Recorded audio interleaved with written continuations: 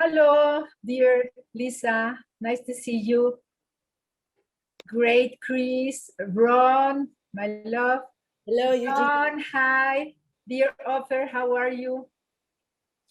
Ciao, carissima Orietta. Hola. Lieber Peter, hello. Alan, how are you? Meine liebe Marianne, ich spreche Henke. Mwah, mwah. Dear Sarah, dear Tom, how are you, my dear? Mon chéri Bruno, ciao, Giovanna, ¿cómo está? Erki, mon chéri, hello.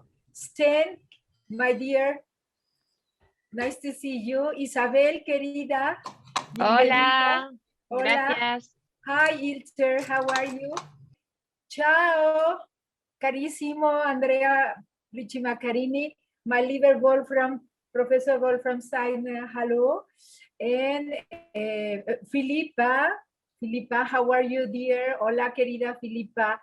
And also, let me see. I haven't seen hello to everybody.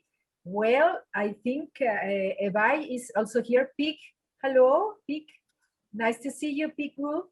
And okay, oh, Valentina, ciao, Valentina, how are you today? And we are, hello, Adi, nice to see you. Georgina, ¿cómo estás? Qué bueno que viniste. And we are going to start with this very special session because as you have seen in the program, well, we are expecting the expertise opinions about short ideas, how are they making examination of the artistic voice. Because we have many persons joining us. Carolina Vitar, hi. Renio Natale, ciao. I would like you to write in the chat if you want to talk or you want to ask, because otherwise it will be difficult. And also, do not forget to put your microphone off. So I am really very pleased because everybody was supporting this idea of having these short videos with the expertise opinions in different themes. Of course, we have not covered all the themes about examination of the artistic voice, but this is the first effort for Collegium Medicorum Theatri. And I enjoy very much to see all of you. And so we shall start. And Iris from Argentina, hello. Hola, Iris. Okay, so we shall start with our first presenter. Hola, Ilter hola. Denizoglu is director and founder of Vocology Center in Izmir, Turkey. And he's also university lecturer of pedagogical vocology at the Edge University State from Turkish music in the Conservatory Liberal Arts Division. Also, he is having a lot of work in Docus Elu University State Conservatory of Vocal Arts Department in the main art division of opera. He is talking about dynamic evaluation of the glottic shape through muscular vectors. Dear friends, dear colleagues, I would like to present the dynamic evaluation of the glottic shape through muscular vectors. Leonardo da Vinci said, the artist who knows the nature of the muscles and cords knows how they give motion to the organs and extremities. So he pointed the fourth dimension of anatomy, motion.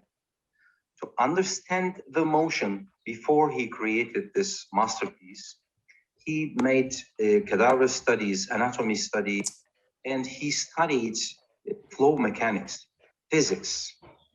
The question, what is the difference between muscle and flesh?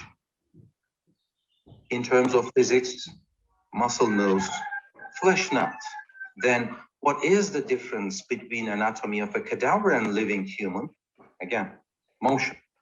So in order to see the motion in the anatomy, we need to look deeper and deeper until we reach the physical measures, the vectoral analysis of the system. There are vectors in the larynx, around the larynx, and in the whole body as the vocal instruments. Voice is muscle, and every muscle is a physical vector, which has two measures, power and direction. So we can make a vector analysis in muscular tasks, information, especially in singing voice therapy, to have the answer which muscle, why, and how to be developed. It is a sacred knowledge, we can say. Let's see it from a case. 23-year-old female opera singer, fatigue, breathiness, timbre problems, loss in high pitches. What we see in her voice is there's a glottal gap at the posterior part of the glottis.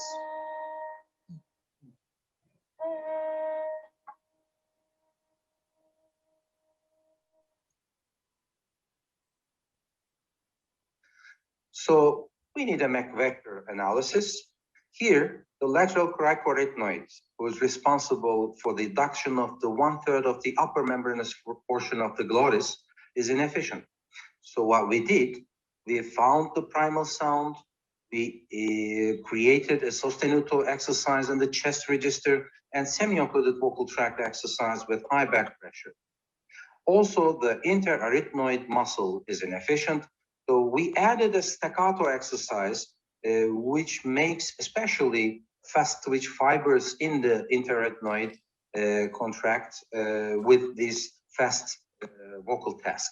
The cricothyroid, which makes a passive stretch on the vocal ligament, is also hypoactive in this case.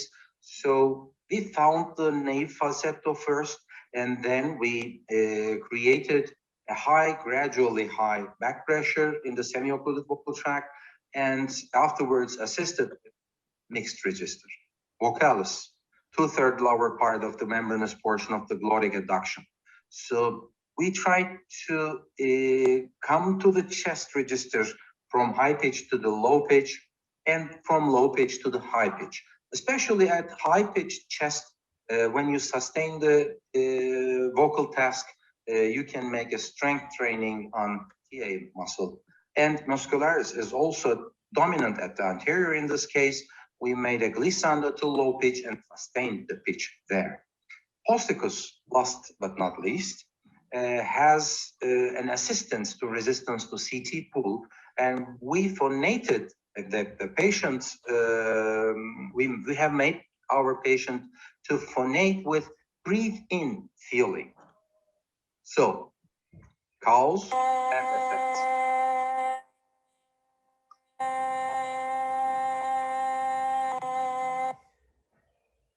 Why vector analysis? Human voice is the most beautiful instrument of all, but the most difficult to play. For the diagnosis, understanding of the technique of the singer and pitfalls. For the treatment, which provides solutions for exercise construction and program. Thank you very much. And Dr. Peter Hulin, he is an ENT trained in phoniatrics and pedaudiology and phonosurgery by Katrin. She is also a dear CoMeT member. And he is the head of the medical office for ENT and phoniatrics and pedaudiology in the center of Munich in Germany. He also has these special training courses in voicing theory and practice. And he belongs as soloist and also in the choir at the Hochschule für Musik und Theater in München with engagement at the Bayerische Staatsoper. He has won 2 first prizes in the international competition, Let the People Sing, as a soloist. He's talking about endoscopy, transoral, transnasal, and narrowband imaging. Thank you, Peter. Dear Eugenia, dear friends and colleagues in CoMeT, first of all, thank you very much for the opportunity to give a short presentation with an insight into my daily practice. I'm going to talk about something which seems to be trivial, the different ways of laryngoendoscopy and narrowband imaging as a tool to optimize imaging. In addition to the acoustic examination of the voice, we phoniatrists are able to use endoscopes to assess the anatomy and function of the larynx and the vocal folds. In the first decades, the technique of laryngoscopy with mirrors has hardly changed. Then development of endoscopes brought a really great innovation.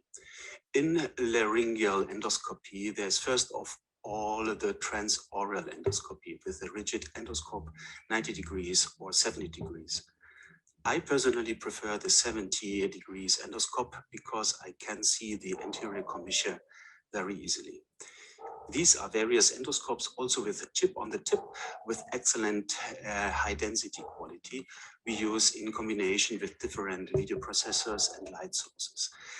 But there are also mobile systems. For example, this one I use in backstage emergency cases. In transnasal laryngoscopy, we examine without exception with chip on the tip endoscopes to avoid the Moiré effect.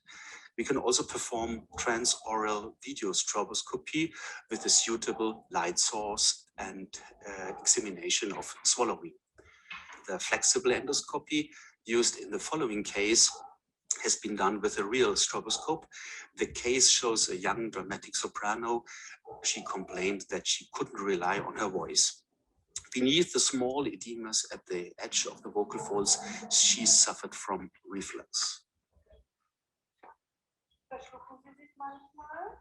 Ja, ich verschlucke mich beim Singen, besonders wenn ich unter Reflux leide. Was machen Sie dann?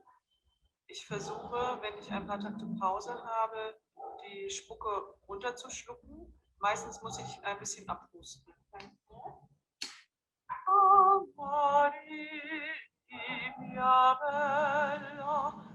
Non credio nel mio cor, dolce desio, essere tu l'amor Dio. Ritorna vincitor, id al mio cor in ciel riscolpa. We also have the option of image enhancement using narrowband imaging. Our thinnest endoscope has a diameter of 2.6 millimeters, so the children from the age of 1 year can also be examined. But some adults also are happy about such a thin endoscope. Here we see the larynx of a rock singer who complained of rapid voice fatigue. The image on the left was taken transorally with the 90 degrees chip on the tip laryngoscope. On the right, transnasally, also with chip on the tip with an impressive insight into the ventricles. We asked ourselves, is it just a chronic laryngitis with pseudosulcus? The narrowband imaging technique showed a noticeable finding on the right posterior part, therefore surgery was performed. The histological finding was dysplasia grade 2. In contrast to conventional examinations with white light, narrowband imaging method only uses 2 colors of the spectral range, blue and green. These have different depths of penetration and represent blood vessels differently. That is, superficial vessels are different than deeper ones. The aim is to have another tool for improved preoperative prediction and in follow-up via the vascular atypia. It is already an established procedure in urology and gastroenterology, and there are also a few promising studies in laryngology. Finally, I would like to point out that similar processes exist from other companies too. Thank you for your attention.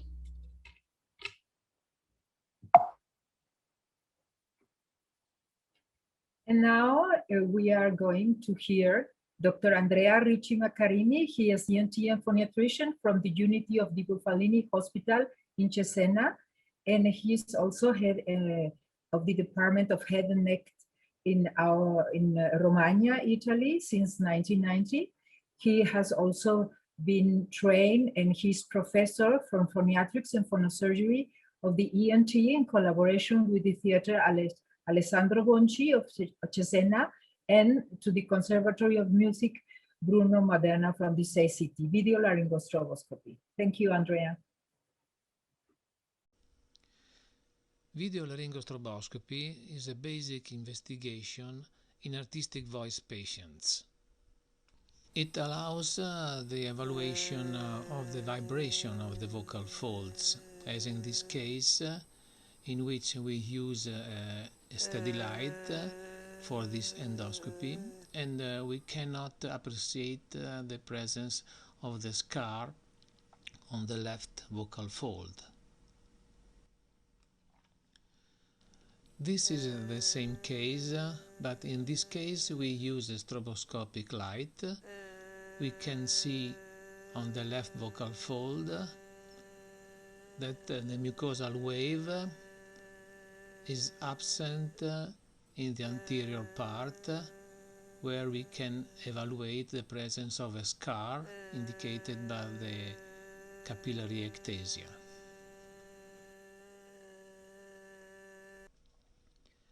In this slide, we summarize the basic procedure for the videolaryngostroboscopic examination in artistic voice patients. We can use a rigid endoscope, 70 degrees or 90 degrees, eventually with local anesthesia, with lidocaine 10% in spray and gargles, or we can use a flexible endoscope with a chip-tip camera. It's a very comfortable examination through the nose that is possible also in patients that don't tolerate the examination through the mouth. We use the slow motion mode with the evaluation of the video recording, the vowel E or the vowel I, in modal register and in falsetto register. It is very important to evaluate both the registers in order to see how the glottis vibrates in different situations. 3 different vocal pitches, a low tone, a medium tone, and a high tone. We collect all the videolaryngostroboscopic basic findings on a specific form. We use the VLS parameters form, which provides for the evaluation of 12 videolaryngostroboscopic parameters. At the end of the examination, we make one or more pictures of the most important images. Thank you very much for your attention. Thank you, dear Andrea. We do know that some technical problems there are sometimes with the sound and things, but we are going to have all the presentations in the webpage after that. So now I am going to talk about, as you know, I am a phoniatrician and audiologist, and Mexico is both specialties are together, and also I have made a fellowship in respiratory allergies. I am director of Centro de Foniatría y Audiología from Mexico City and president of Collegium Medicale and Theatri, and also coordinator from the World Voice Day and from the Union of European Phoniatricians. I'm going to talk about nose, acoustic analysis, and allergies.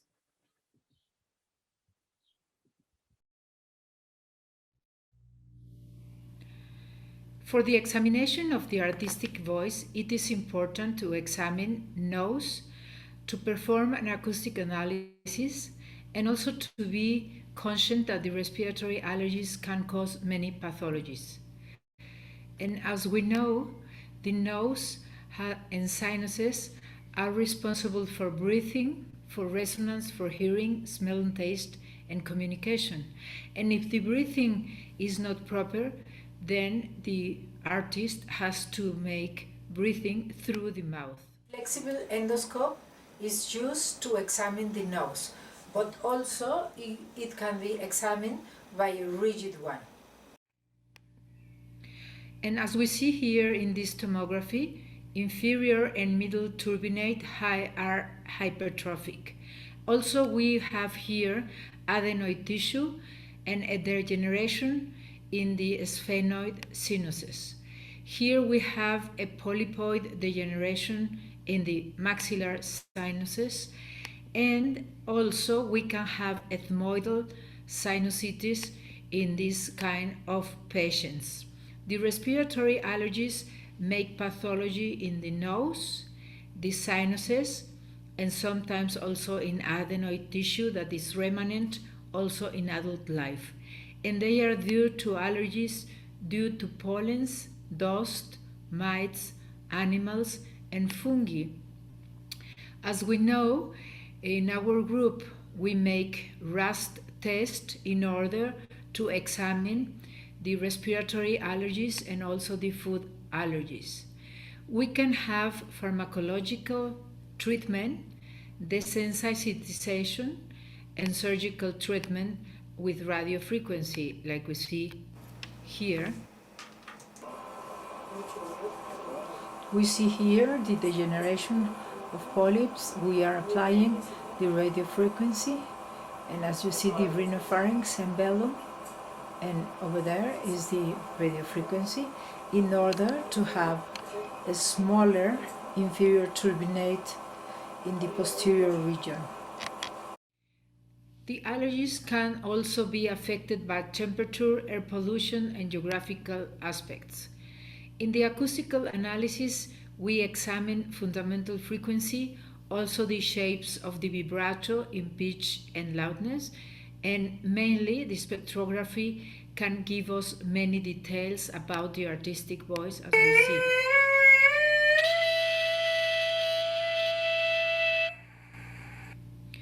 As we see here, the formants are not complete and the sound is not proper.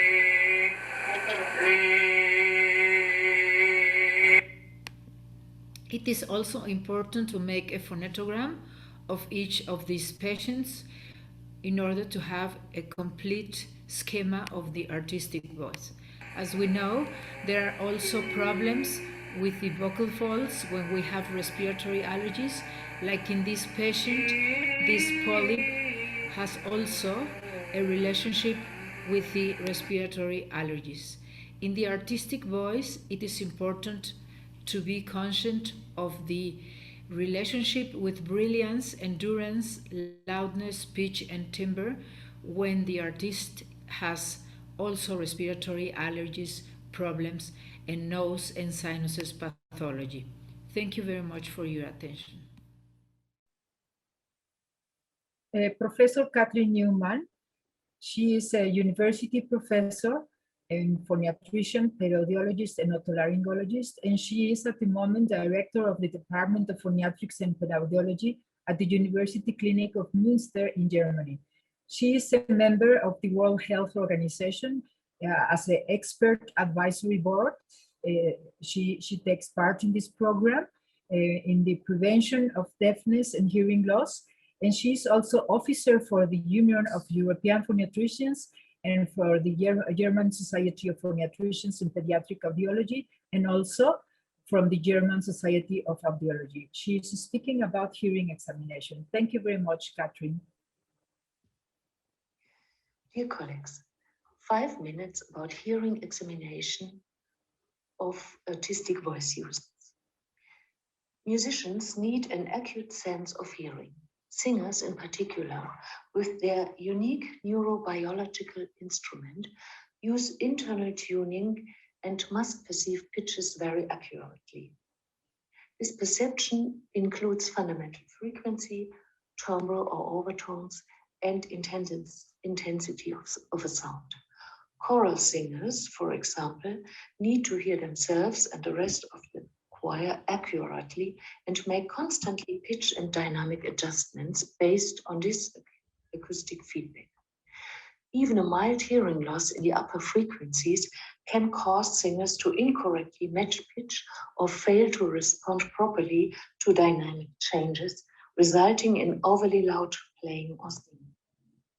Musicians may be at risk of developing an occupational hearing loss due to repeated exposure to high sound levels.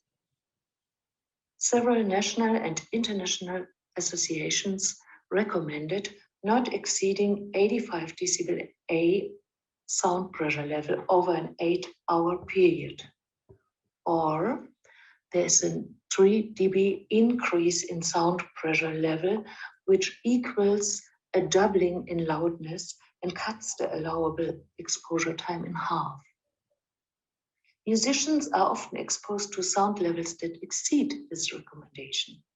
For example, a study in the Finnish National Opera showed that soloists and pianists mostly exceed mean sound exposure levels of 84 dBA, soprano choristers 94 dBA, altos, tenors, basses 92 dBA, leading to the establishment of a hearing conservation program for all opera staff.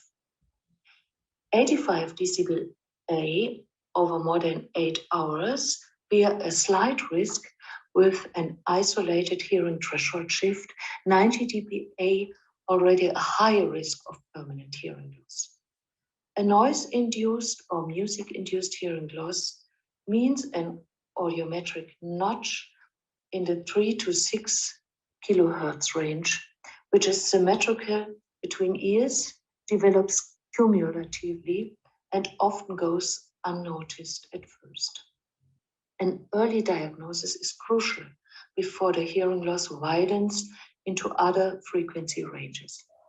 Symptoms are poor speech understanding in groups with ambient noise or babble of voices, insecurity in ensemble playing or singing regarding intonation and volume, less tolerance of higher sound levels, a reduced dynamic range, and ear ringing. What you see here is an important mean of hearing assessment, the pure tone audiometry. You see here age-dependent hearing thresholds over frequencies, which are tested by this audiometry. And you see this young guy here who presses the button if he hears sounds, tones, pure tones.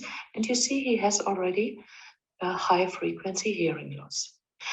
Another method to measure the functional state of the middle ear is tympanometry. Important is also the speech audiometry.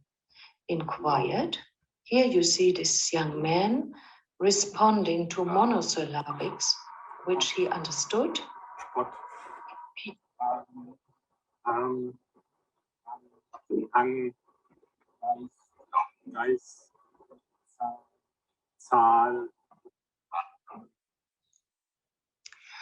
Even more important, maybe the speech understanding in noise.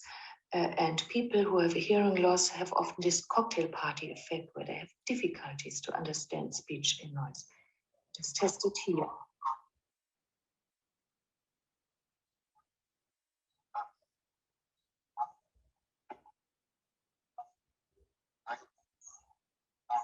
You hear? This is not easy. There is no cure for noise-induced hearing loss, but it is preventable by, of course, reducing the exposure to loud sounds, taking sound level measurements, using hearing protection devices, which may be good for soloists. For people in choirs, it's more difficult to hear others if they use them. Acoustical measures to reduce sound levels, providing rehearsal breaks, monitoring the repertoire to provide for their dynamic contrasts. Music educators and voice professionals should provide hearing health education to their students. If you are in doubt about your hearing, get it. Thank you so much for your attention. Thank you very much, Katrin. Now we have Dr. Isabel García-López.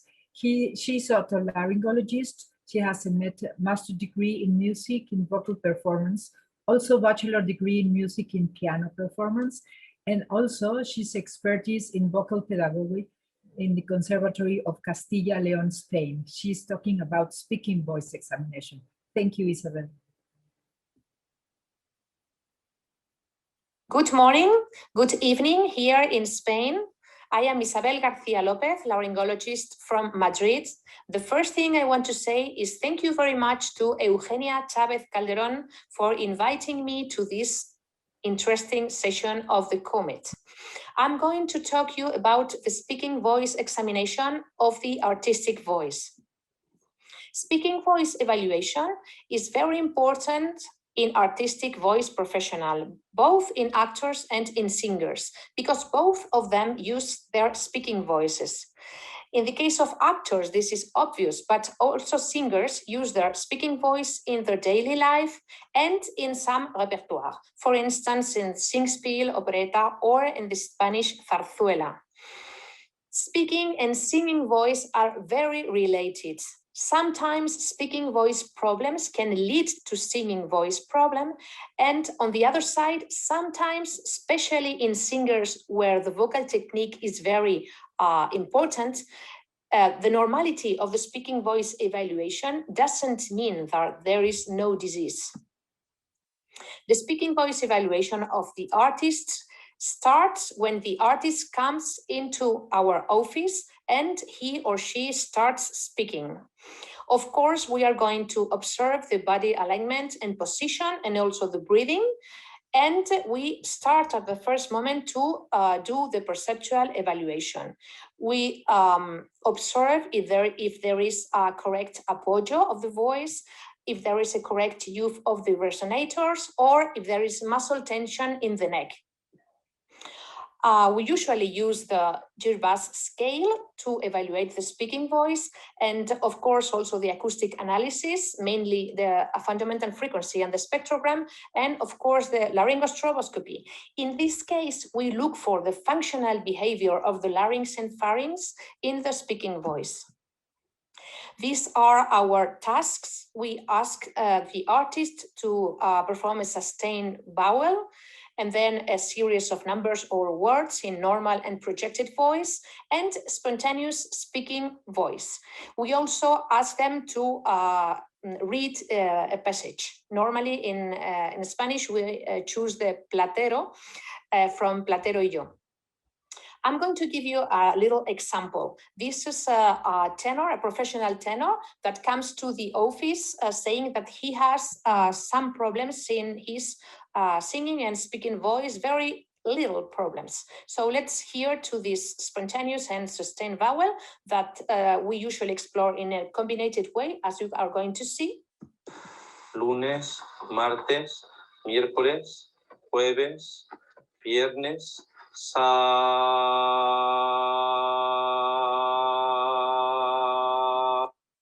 As you can see, the voice is a little bit has a little bit lack of apoggio, and he's not using very well the resonators in this example. But let's see what happens in the reading voice.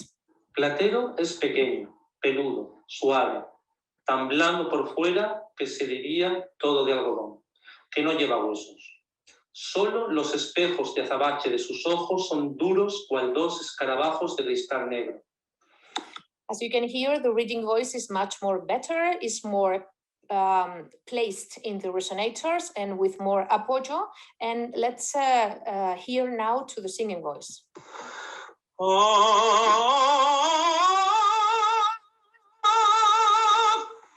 So we can say that this examination of the speaking voice of this tenor is almost normal, perhaps a little lack of apoggio in the spontaneous speaking voice.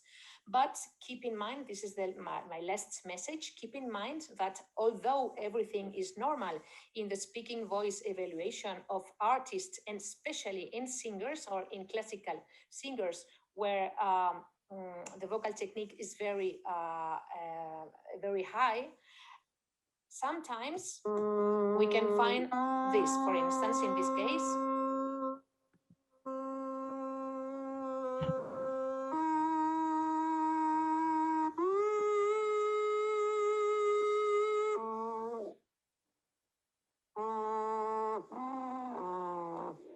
This vocal fold hemorrhage that we only see if we use the laryngostroboscopy, of course. So this is all. Thank you very much to everybody. Thank you very much, Isabel. Now we are hearing Valentina Carlile. She's osteopath and physiotherapist. She has a private office for these activities for specific concerns, in partnership with Milano Concerti, of course, some other partners and friends. Oh!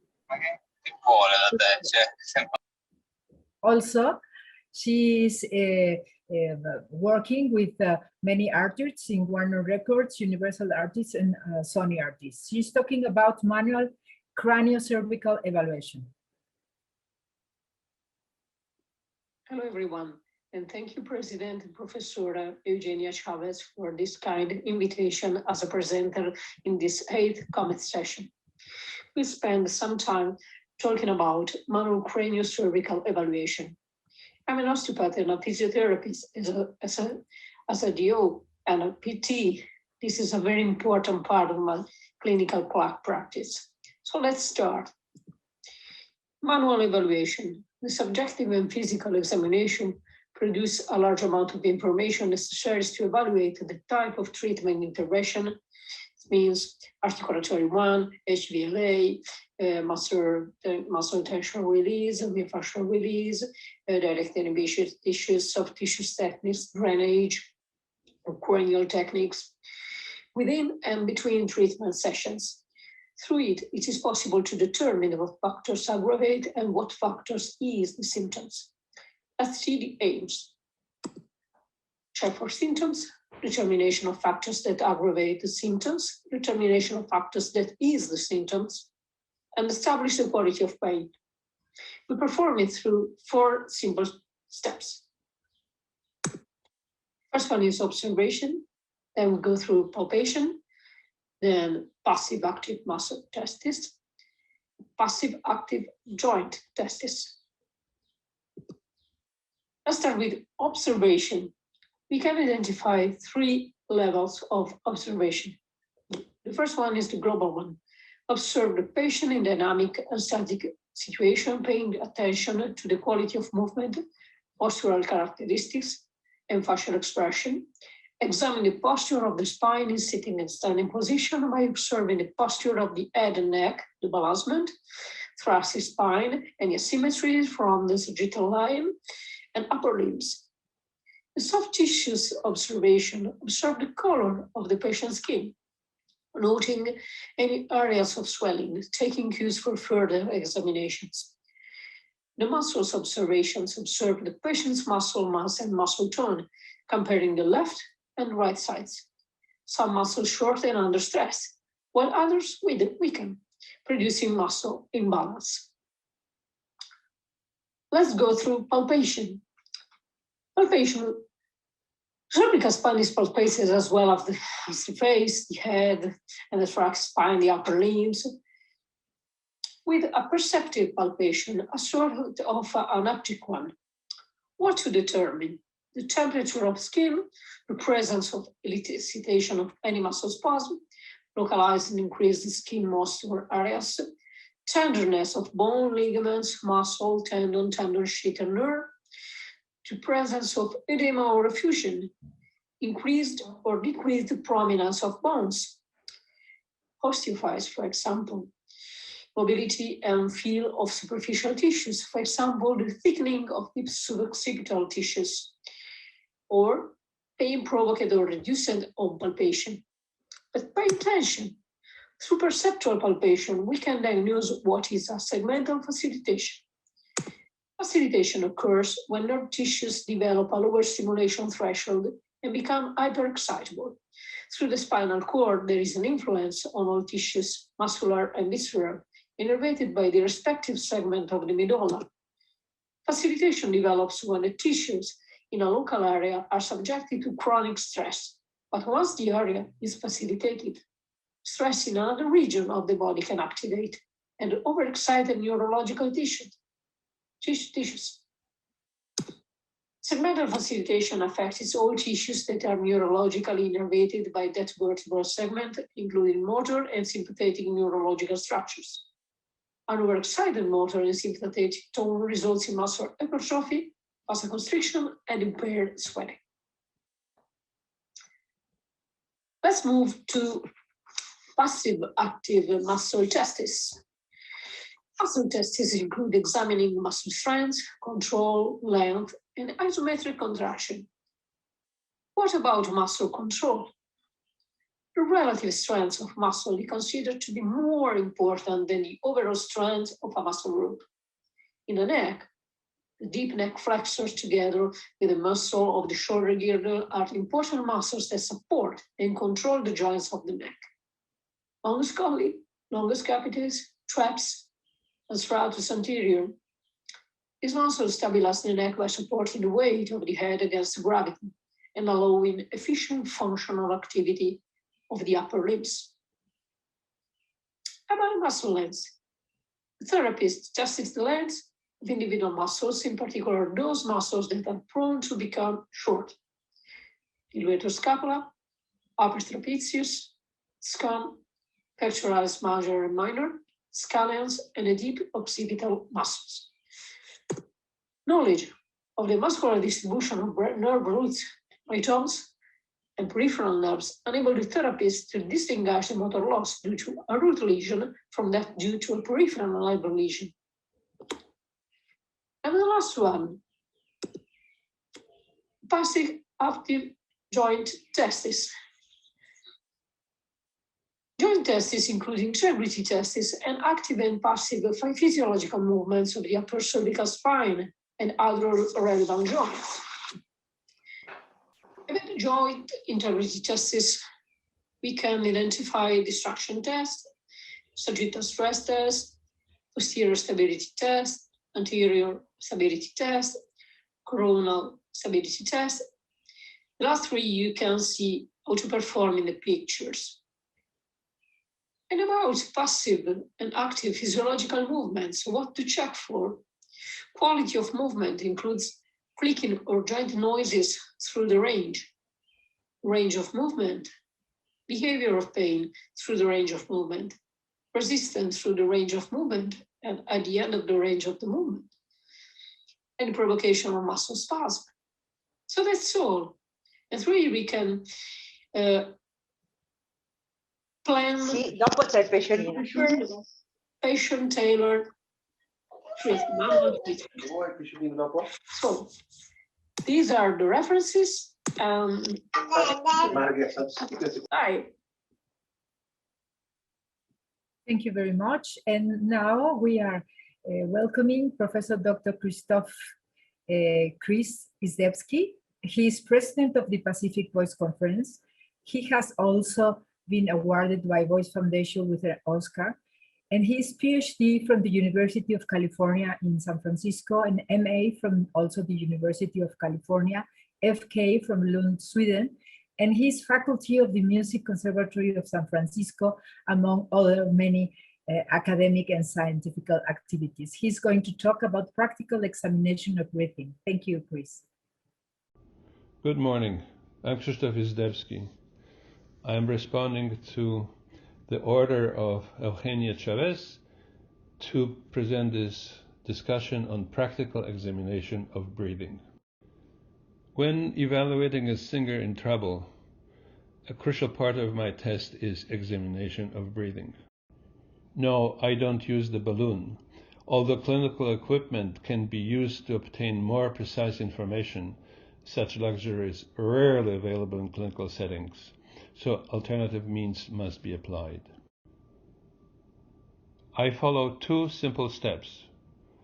One is my perceptual evaluation of vocal effort and body posturing of a singer, and then I ask singers to describe me his or her own perception of what's going on, and I compare those two results. I relate my observations to the following pattern of efficiency of breathing. This is presented in this graph of physiological pattern of voice frequency change. Concentrates on those two lines, the blue and the red. Blue line is the flow of air and the red is subglottic pressure. You see how things change depending on what the singers will actually do. My reasoning for the exam is to relate singer lungs volumes to perceived effort, body positioning, and to sound quality. Ventilation differs from normal speech breathing in singers, but must be efficient as well. Breathing in must be provided by loose abdominal tension and inhalation by mouth. Breathing out must slow down air escape. Body posture is crucial to allow for unobstructed diaphragm movement. Breathing in, diaphragm goes down. Breathing out, diaphragm automatically goes up. No need to push or support with the diaphragm. It doesn't work. Let's review the enemies of inhalations. Number 1, body rigidity, breath conservation, air holding, evidence of imbalance on inhalation and exhalation.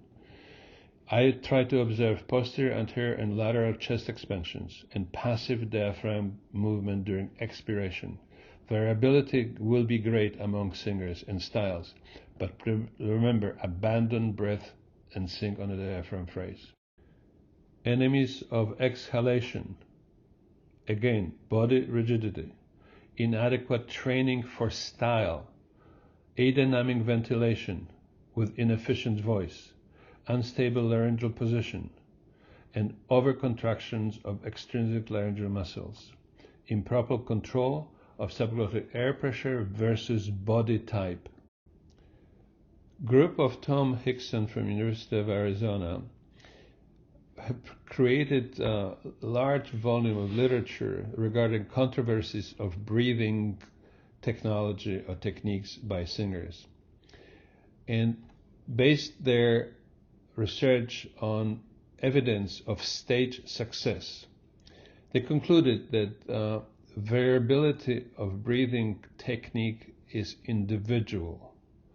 No singular correct breathing for singing exists. Idiosyncratic patterns by body type dictate how people breathe. They say, let singers rely on successful patterns, allowed to continue, and do not correct by theory. Following initial examination of a singer, I apply my simple model of non-injurious inhalation and termination of ventilation for any song. This is shown in this simple graph representing inhalation and exhalation.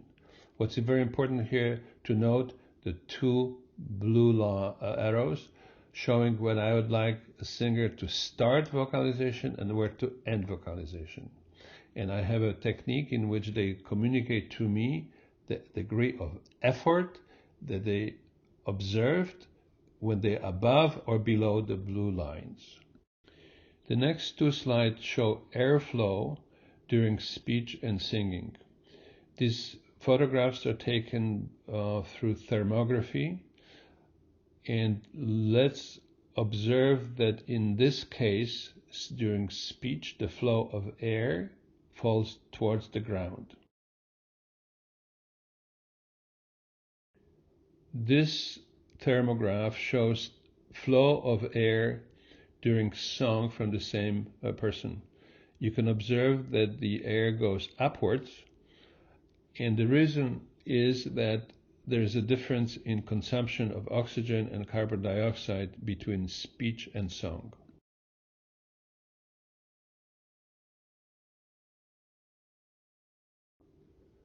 Well, that ends my talk. Thank you for listening.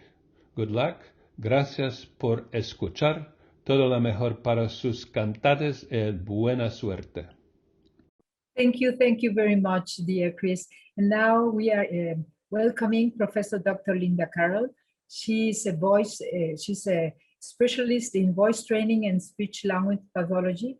She works with many singers from the Metropolitan Opera, Broadway, leading singers in jazz and pop, rock, broadcasters, teachers, lawyers, politicians. She is also senior voice scientist at the Children's Hospital of Philadelphia. She is a Bachelor of Music in Voice Performance and a Bachelor of Science in Music Education from the University of Maine. She has a lot of research and many scientific, artistic, and of course, academic activities. She's talking about remote clinical measures. Thank you very much, Linda.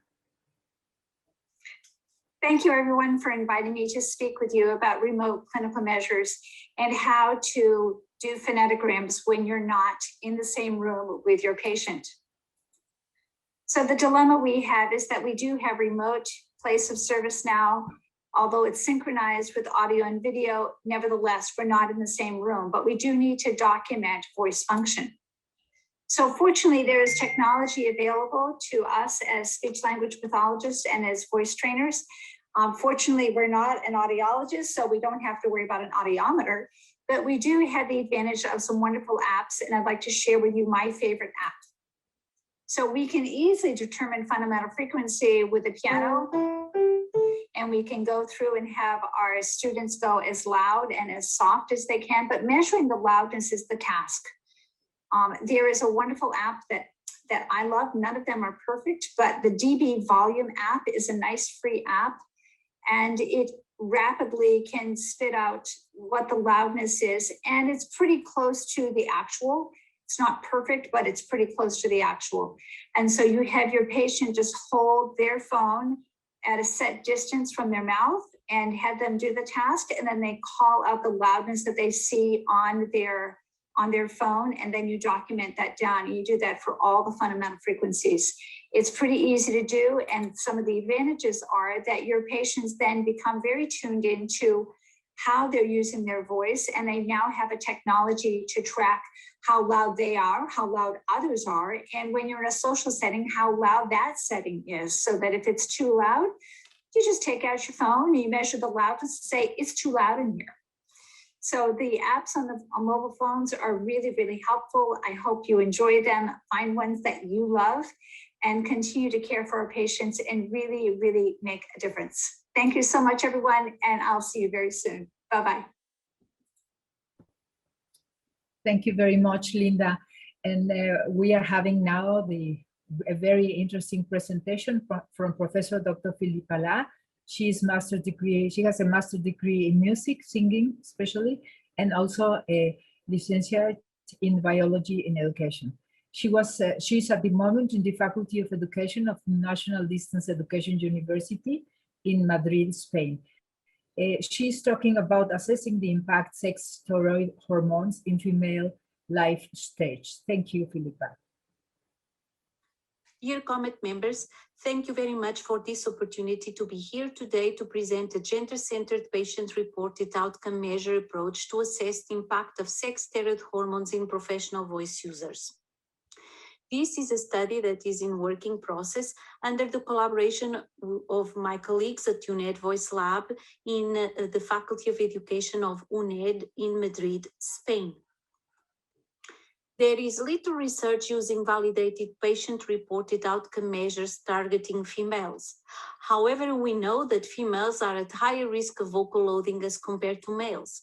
First, they have smaller vocal folds, which imply higher number of collisions. Then, they have cyclical variations in their vibratory patterns due to the cyclical variations in sex steroid hormones across the menstrual cycle. And in addition, at menopause with the estrogen depletion, there is a decrease in fundamental frequency of about 1 semitone. In addition, we know that the more orientated the care is to gender, the better the outcomes into healthcare decisions and actions will be. Also, there is little research using validated pro-measures targeting sex steroid hormones. We are aware of the existence of a transsexual voice questionnaire for male to female transsexuals, but not for other questions related to hormones. So the more specific the pro-measure is to its purpose, the less distorted, inaccurate, or misleading the findings will be. Finally, professional voice users have different voice demands depending on the profession, and we know that singers and teachers are more affected than other professionals. Our aim is therefore to investigate how do sex hormones affect female professional voice users. In order to do that, we developed an online questionnaire targeting female professional voice users above 18 years old. To validate and develop a scale, we used the items that were first validated by an expert panel of laryngologists, speech and language pathologists, and voice teachers. And then we did exploratory and confirmatory factorial analysis and end up with a scale with 24 items distributed in 5 dimensions, evaluated in a Likert scale from 1 not agree to 6 totally disagree. The dimensions were functional, self-concept, emotional, social, and professional. Then we wanted to test this scale, assessing the impact of menopause on its scores, and measuring their scores, measuring voice use and voice-related participation restriction. We divided the sample into reproductive stage, which included women with regular menstrual cycles, or if they were irregular with less than 2 months of amenorrhea, no reports of hot flushes, and aged between 30 and 49 years old. And menopausal stage, in which we included perimenopausal women as well as postmenopausal women. So we use a criteria of having more than 3 months of amenorrhea, mild to severe hot flushes, and aged more than 50 years old. This is our distribution of participants into the reproductive and the menopausal stage, and into the 4 levels of voice classification according to Kaufman and Isaacson 1990. We found a higher score in the scale for 4 dimensions, with the emotional one showing the highest difference between reproductive and menopausal stage, followed by functional, self-concept, and professional. So we conclude that the menopause seems to affect professional voice use and also voice-related participation in daily life activities. Because the emotional domain was most affected, we think that menopause affects more how a professional voice user feels about her voice than how her voice function affects her ability to participate in life activities. And of course, one thing that came out is that there is a lack of cognitive strategies to protect professional voice users from the influence of vocal dissatisfaction associated with menopause and vocal aging. Thank you very much for your attention. Thank you very much, Filipa. And now I welcome Dr. John Rubin. He has studied at the University College of London, and he's a trust honorary consultant, ENT surgeon and phoniatrician from the National Hospital for Neurology and Neurosurgery. He's also honorary associate professor in the Department of Targeted Intervention at the University College of London. He's a honorary visiting professor at the School of Health Sciences. He's talking about stress in the artistic voice. Thank you very much, John. Hi. Eugenia has asked me to talk to you about artistic voice and stress. Now, let me just share my screen. This always takes a second. Great. Okay. I dedicate this talk to Jim Gould, who of course you all know or knew, and Karen Horney, who you may not have heard of. Now, Karen Horney was a German and then American psychiatrist. She was very influential regarding her thoughts about neuroses, in particular, a concept called basic anxiety. Now, in this concept of hers, she felt that the key issue is that the child's own perception of what the child believes to be parental neglect or ill treatment, and the child's perception then leading to feelings of helplessness or insecurity, and these feelings then becoming fixed into a personality disorder. And then at a later date in life, during stressful periods, this pattern can be overused, leading to inefficient or even self-destructive activities.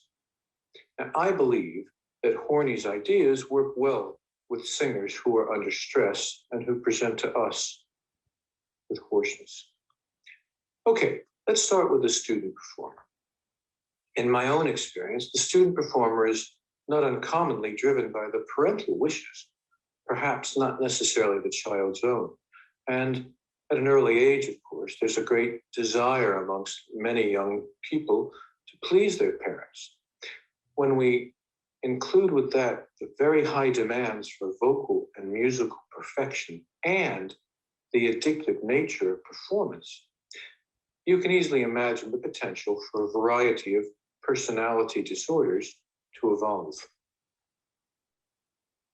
If we now fast forward to the mature performer and looking at some concepts of Rosen and Aronson, we know that the voice is integral as a part and parcel of the performer.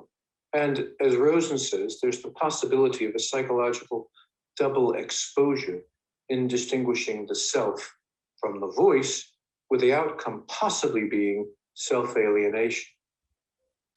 Now, this fits very nicely into a construct of Karen Horney's. She differentiates the real self, which in this instance would be a voice problem, with the idealized self, which of course wouldn't be a voice problem. And the outcome of this differentiation can be either self-hatred or self-alienation.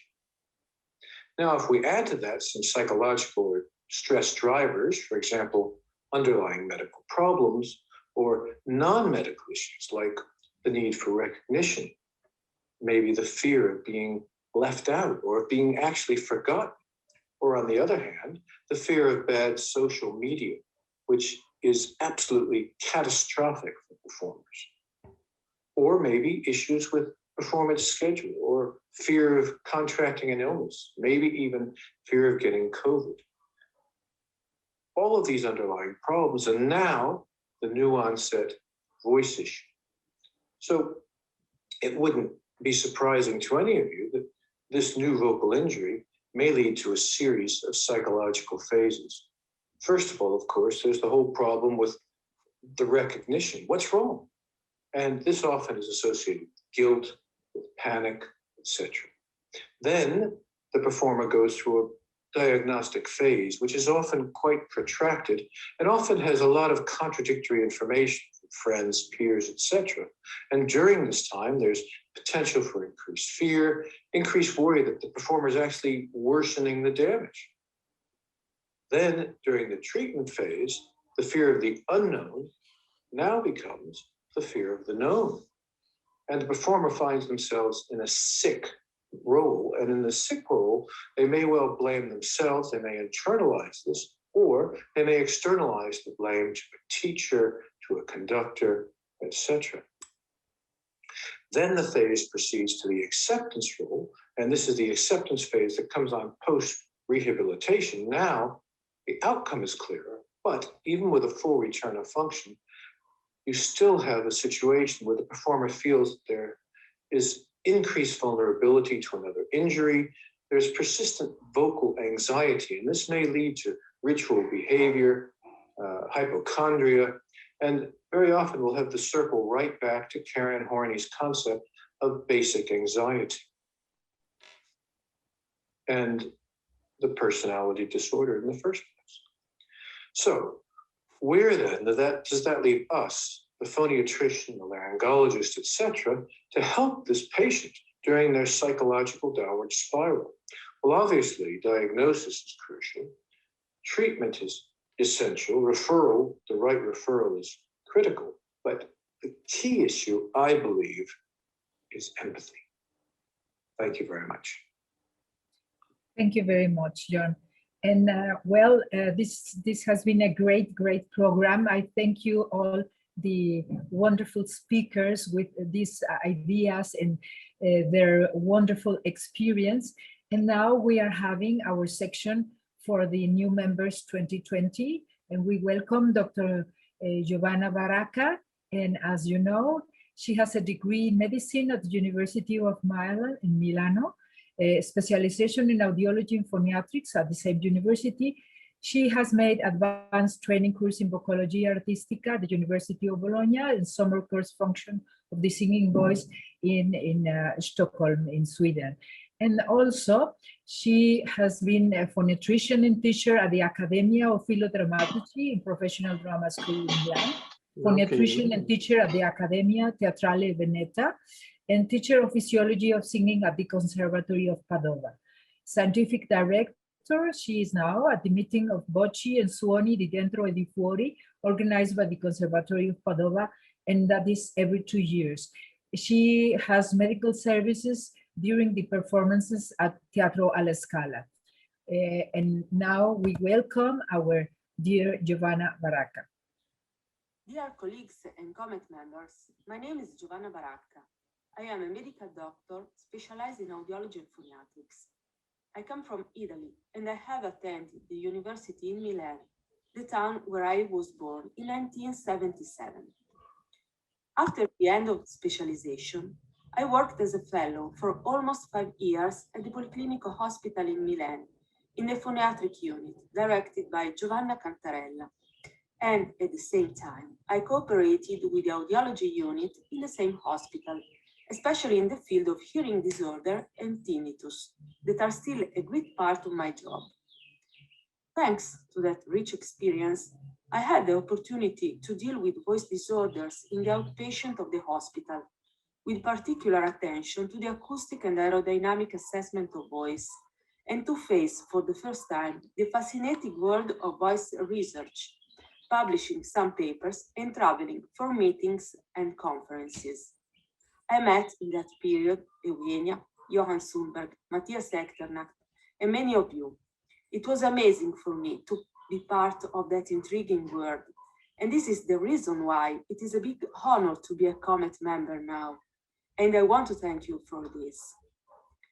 Thanks to the post-action advanced voice function assessment, I cooperated with Alain Guillot and Antoine Giovanni, going to the Laboratoire Parole et Langage in Aix-en-Provence and publishing the results of our research project about a translinguistic assessment of dysphonia.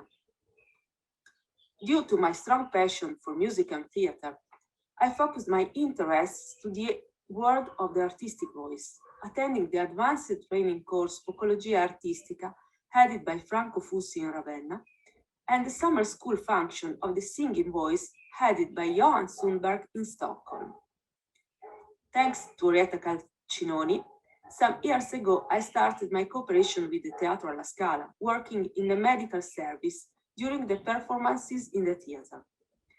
Concerning my activity in the theaters, currently I am cooperating as a phoniatrician and voice teacher with the Accademia of Filodrammatici in Milan and the Accademia Teatrale Veneta in Venice, that are two of the main theater drama academies in Italy. For me, it is a really interesting experience to deal with the acting students, a great opportunity to study how the young voices acquire their professional skills step by step. In fact, this topic constitutes the main interest of my research now. I also teach physiology of the singing voice in the Conservatory of Padua, where every 2 years I organize as scientific director the event Voci e Suoni di Dentro e di Fuori. That is a cross-cultural meeting in which professionals from several areas of interest can compare their views and approaches to voice, hearing, music, and singing. Recently, I moved from Milan to Val d'Orcia in Tuscany, and I am completing the renovation of an ancient typical Tuscan country house to open a nice bed and breakfast with a concert and a meeting hall for the organization of courses about music and voice. And I hope to invite you soon in the sweet countryside of Tuscany. Thank you. So it is a great pleasure to have such wonderful members. And thank you very much, Giovanna Baracca. And now we welcome our new member 2020, Dr. Marco Fantini. He is a otolaryngologist from Torino University. He has a university master course in artistic vocology at Ravenna in Bologna University. He also has been practicing voice and swallowing and disorders and phonosurgery at Colliker Hospital at Torino, Italy. And he is working at Candiolo Institute in Torino, Italy. And also he has been working with the University of Ferrara in the Laboratorio della Voce del Linguaggio at Ravenna, Italy.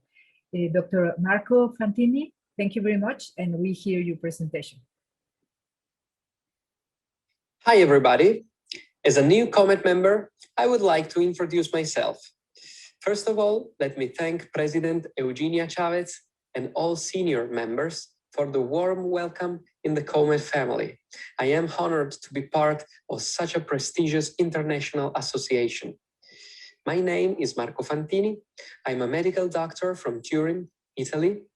After my degree in medicine and surgery, I completed a postgraduate university course of artistic vocology in Ravenna, Bologna University, directed by Franco Fussi.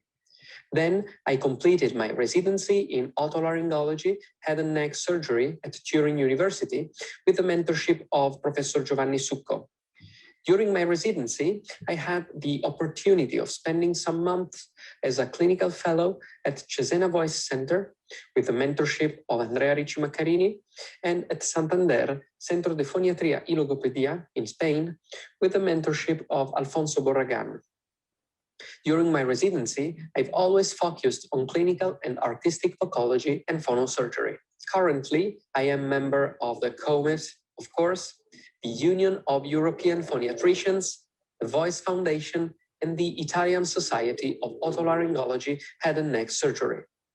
I am currently PI of a research project titled Voice Restoration After Laryngeal Cancer, Innovative Technological and Surgical Approaches, supported by the Italian Association for Research on Cancer at Candiolo Cancer Center, directed by Professor Succo. I work as a freelance otolaryngologist in Turin, Rome, and my professional occupations are clinical activity, surgery, and research in the field of voice and swallowing disorders, as well as artistic voice. Regarding surgery, I am dedicated to phonosurgery, performed both by direct microlaryngoscopy and by the fiber endoscopic phonosurgery technique performed transnasally under local anesthesia, as I learned from Andrea Ricci-Maccarini, Alfonso Borragan, and Giovanni De Rossi.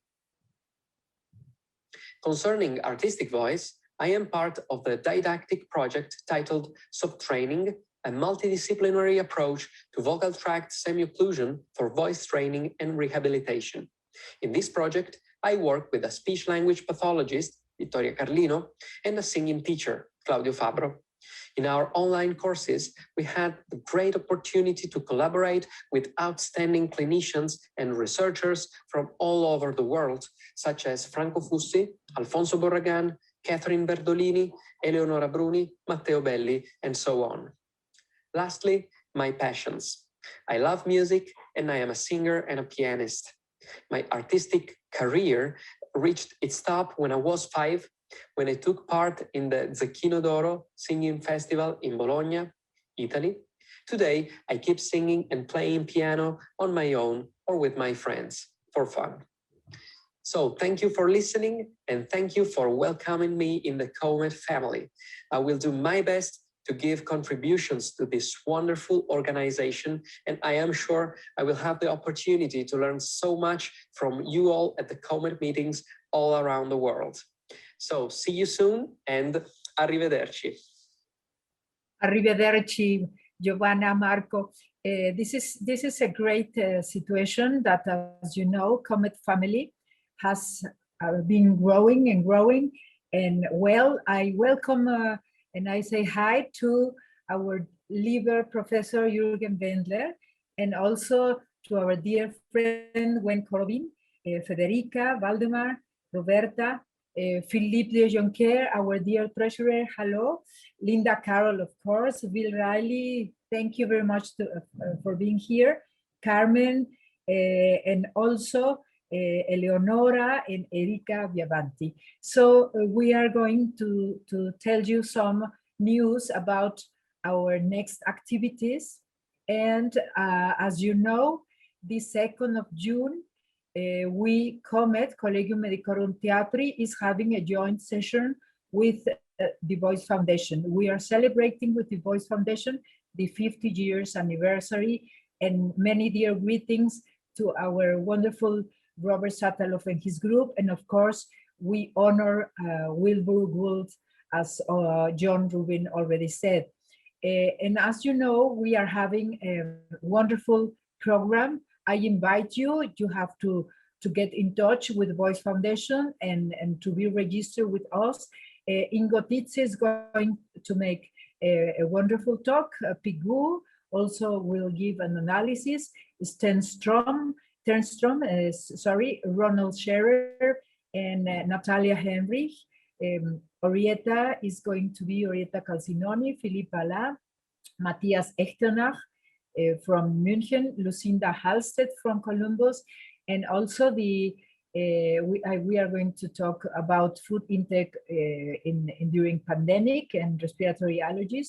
Isabel García-López, Dirk Mürbe from Berlin, Michael Benninger from the States, and John Rubin from England. So this is a wonderful, every 2 years we have a joint session with the Voice Foundation, and the next activity that we are having, bravo, bravo, is the annual conference from 3rd, 4th, and 5th of September.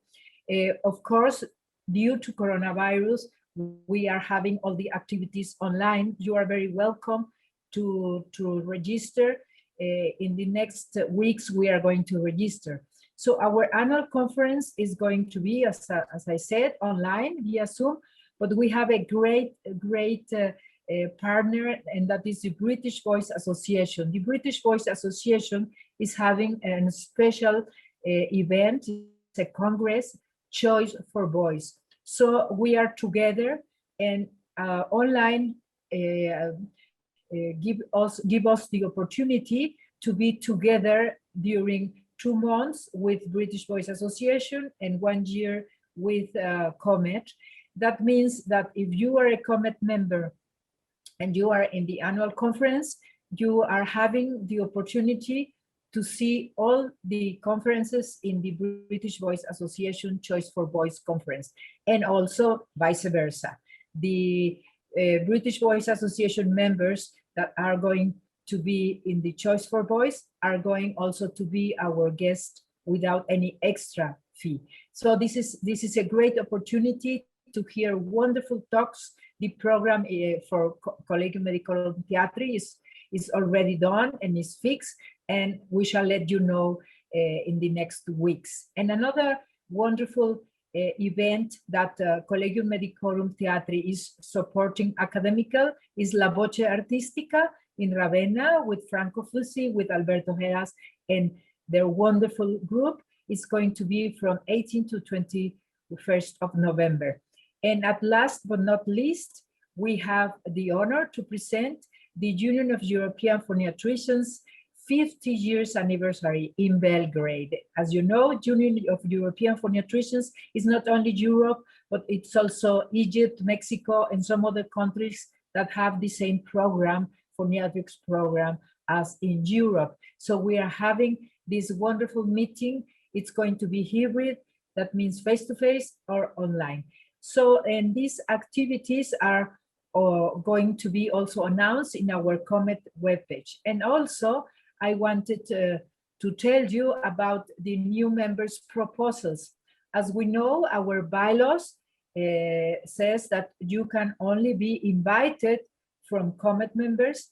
And well, we are having these proposals for votation with Liza Popel, Erika Viavanti, Soledad Zakiri, Eleonora, Juliana, Rachel, Francesco, Alfonso Borragan, Philippe Martin, Haldun August, Ismail Kohar, Mark Markel, Alan Burma, and Nicholas Giddings. So I really enjoy very much this today examination of the artistic voice. And as you have seen, we can do many, many other things with our expertise. We are having a great number of CoMeT members, and the main idea is that we belong as a family, and we are sharing our knowledge, and we are sharing our experience through the world in the artistic voice in a very friendly way. So I thank you very much for your patience, because I know to have 13 videos, it is not so easy. But we shall have our General Assembly also with our dear President of the annual conference, John Rubin and Ruth Epstein, in September. So we have to think about. As you know, July and August, we are not having any CoMeT sessions because many of you are in summer holidays. So we want to have this summer pause also in Collegium Medicorum Theatri. So I thank you dearly, all the speakers of today, and I thank you for your patience. And now we are going to begin you can stay with us, and as you know, we as a collegium, we can discuss whatever we are interested in, and please let me know by chat who wants to first ask. Thank you very much to everybody, and a big applause.